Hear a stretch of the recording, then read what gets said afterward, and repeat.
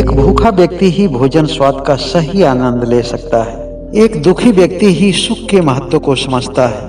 यह कहना उचित नहीं होगा कि दुख के बिना सुख सपना है, लेकिन वास्तविक सुख की मंजिल तो दुख के दरवाजे को बिना पार किए नहीं मिलती है। एक लड़का था जो अक्सर अपनी सपनों की दुनिया में रहता था। माँ बाप के समझाने के बावजूद भी न ही उसे पढ़ने में मन लगता था और न ही किसी घरेलू कार्य में उसका मन लगता था। जब उसके माँ बाप ने यह समझाने का प्रयास किया कि बेटा अब तुम बड़े हो रहे हो, कुछ दिन के बाद तुम्हारे ऊपर घरेलू जिम्मेदारियां आएंगी, इसलिए समय से पहले ही पढ़ लिख करके योग्य बन जाओ या फिर कोई न कोई हुनर सीख लो जो तुम्हारे जीवन में काम आए। जीवन की एक ऐसी भी अवस्था होती है जिसमें अगर समझ ना हो तो अच्छी बातें भी बहुत कड़वी लगती हैं। वह लड़का अपने माँ बाप की बातों का बुरा मानकर वह घर छोड़कर घर से बहुत दूर एक शहर में चला गया। पूरे दिन वह काम की तलाश में टहलता रहा। शाम के समय एक व्यापारी से उसकी मुलाकात हुई। जब वह जाना कि यह लड़का इस शहर में नया है तो उसे अपने ही घर में काम पर रख लिया। व्यापारी ने उसे रहने खाने की व्यवस्था दी, लेकिन जो उसकी तनख्वाह थी बहुत ही कम थी। फिर भी वह उस व्यापारी के यहाँ रहने लगा, क्योंकि माँ बाप के ज्ञान उपदेश उसे पसंद नहीं थे। थोड़े दिन बीत गए लेकिन उसे कुछ भी महसूस नहीं हुआ। लेकिन 2 हफ्ते बीतने के बाद उसे एहसास हुआ कि लोग उससे काम अधिक करवा रहे हैं। कभी उसे व्यापार के काम कराते थे तो कभी उसे घरेलू कार्य कराते थे, और काम पूरा नहीं होने पर उसे डांट भी सुननी पड़ती थी। जैसे जैसे समय बीत रहा था, अब उसे घर और प्रदेश में अंतर समझ में आ रहा था। इसी तरह वहां पर 1 माह तक काम किया। महीने के अंत में पगार मिलते ही वह काम छोड़ दिया। उस शहर को भी उसने छोड़ दिया और वह तक्षशिला पहुंच गया। उन दिनों भगवान बुद्ध तक्षशिला में ही रहते थे। वह लड़का भगवान बुद्ध से मिला और अपने घर की बात और प्रदेश की बात विस्तार से गौतम बुद्ध को बताया। उसने गौतम बुद्ध से कहा कि हे गुरुवर, जब मैं सुख के बारे में सोचता हूँ तो हमें दुख मिलता है। क्या मेरे जीवन में सुख सपना ही रहेगा या दुख से मुझे कभी छुटकारा मिलेगा? लड़के ने कहा कि हे गुरुदेव, आप तो ज्ञानी पुरुष हैं, हमें कोई मार्ग सुझाएं जो हमारे जीवन के लिए उचित हो। गौतम बुद्ध ने कहा कि आज के दिन तुम आश्रम में आराम करो। कल सुबह में यहाँ से तुम दक्षिण की तरफ जाना। वहाँ तुम्हें एक पथरीली जमीन मिलेगी। वहाँ से तुम्हें 3 पत्थर लाने हैं। एक पत्थर काला होगा, दूसरा पत्थर सफेद होगा और तीसरा पत्थर चमकदार होना चाहिए। मगर याद रहे, पत्थरों का चयन करते समय तुम्हारे मन में किसी तरह का लोभ और लालच नहीं होना चाहिए।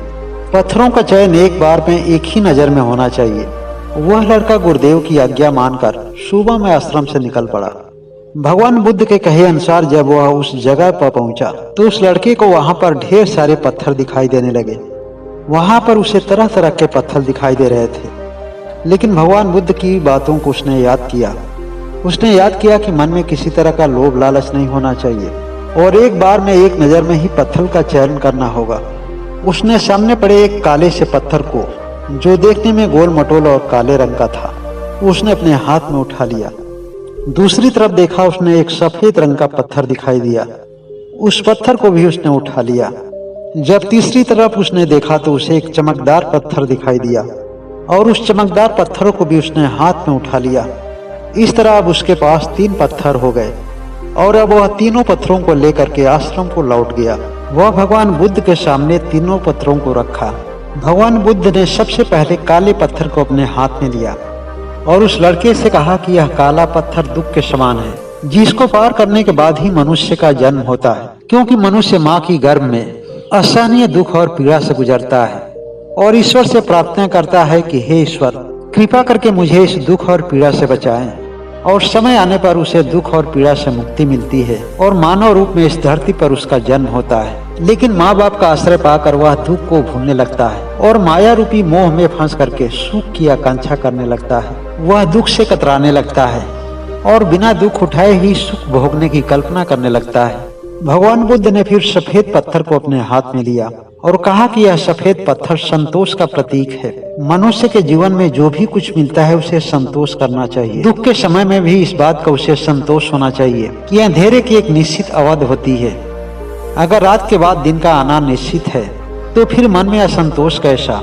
हमें धैर्य पूर्वक अपने जीवन का सहज यापन करना चाहिए। और फिर भगवान बुद्ध ने उस तीसरे चमकदार पत्थर को अपने हाथ में लिया और उस लड़के से कहा कि यह चमकदार पत्थर सुख का प्रतीक है। तुमने जब पत्थरों का चयन किया होगा तो सबसे पहले तुम्हारे हाथ में काला पत्थर आया होगा, फिर सफेद पत्थर और उसके बाद चमकदार पत्थर। उस लड़के को समझाते हुए भगवान बुद्ध ने कहा कि मनुष्य के वास्तविक जीवन में भी कुछ ऐसा ही होता है। दुख से उसके जीवन की शुरुआत होती है, लेकिन संतोष पूर्वक किए गए जीवन की पहल से एक दिन सुख की प्राप्ति उसे जरूर होती है। भगवान बुद्ध ने उस लड़के से कहा, तुम्हारी यह पहली गलती है कि तुमने अपने माँ बाप की बातों को बुरा माना। यदि तुम पढ़ लिख करके आगे हो जाते, कोई हुनर सीख लेते, कोई कला सीख लेते, तो इसमें किसका हित छुपा हुआ है? तुम्हारे माँ बाप सदैव तुम्हारे साथ रहने वाले तो नहीं है, लेकिन तुम्हारी कोई भी योग्यता, तुम्हारे जीवन की कोई भी नई सीख, वह तुम्हारे ही जीवन में तो काम आएगी। तुम्हें घर छोड़ने के पश्चात घर के जीवन और प्रदेश के जीवन में अंतर तो समझ में आ ही गया होगा। जो तुम लोगों के जीवन को सुखी देख रहे हो, सफल देख रहे हो, उसे प्राप्त करने के लिए, वहां तक पहुंचने के लिए वह कैसी कैसी समस्याओं का सामना किए होंगे, तुम्हें अवश्य ही पता कर लेनी चाहिए। तुम अपने जीवन में जब भी किसी सुख तक पहुंचना चाहोगे तो उससे पहले तुम्हें किसी न किसी रूप में अनेक समस्याओं और दुख का सामना करना पड़ेगा। वह चाहे जीवन का कोई भी क्षेत्र क्यों न हो। बचपन से लेकर के बड़े होने तक अनेक दुख आते हैं, लेकिन वह सभी दुख तुम्हारे माँ बाप अपने ऊपर ले लिए होंगे। तुम्हें उन दुखों की भनक तक नहीं लगी होगी। तुम्हारे माँ बाप ने तुम्हें केवल सुख ही दिखाए, लेकिन मनुष्य जब समझदार होता है, बड़ा होता है और अपने स्तर पर जीवन जीने का प्रयास करता है, तब उसे अपने आसपास, अपने चारों तरफ केवल दुख ही दुख नजर आने लगते हैं। उस लड़के को भगवान बुद्ध की हर एक बात, हर एक शब्द अच्छी तरह से समझ में आ गए। अब तक वह समझ चुका था, जान चुका था कि उसने अपने जीवन में कौन सी भूलें किया है। वो अपने जीवन की गलतियों के लिए भगवान बुद्ध से माफी मांगता है। एक गुरु अपने शिष्य को हमेशा बिना कहे क्षमा करता है। अगर क्षमा मांगना ही है तो तुम अपने माता पिता से जाकर मांगो। और इस तरह से वह गुरुदेव की आज्ञा लेकर, महात्मा बुद्ध की आज्ञा और आशीर्वाद लेकर वह घर जाकर अपने माता पिता से क्षमा मांगता है। आज भटकती हुई युवा पीढ़ी को इस ज्ञानवर्धक कहानी से जरूर सीख लेनी चाहिए। अगर कोई भी माता पिता अपने पुत्र को निश्चल भाव से, निस्वार्थ भाव से कोई अच्छी सीख देते हैं तो कभी भी उसको नजरअंदाज नहीं करना चाहिए। ज्ञान रूपी अमृत को दुश्मनों से भी लेने में कोई बुराई नहीं है, लेकिन जो बात और जो ज्ञान आदमी के जीवन को विषैला बना दे, वह अपने प्रिय लोगों से भी ग्रहण नहीं करना चाहिए। जिन लोगों को यह बातें स्वीकार है वह कमेंट करके अपनी भावनाओं को जरूर व्यक्त करें। अगर वीडियो अच्छी लगे तो लाइक करें, शेयर करें और नए लोग चैनल को सब्सक्राइब जरूर करें। इस वीडियो को पूरा वॉच करने के लिए आप सभी लोगों को बहुत बहुत धन्यवाद।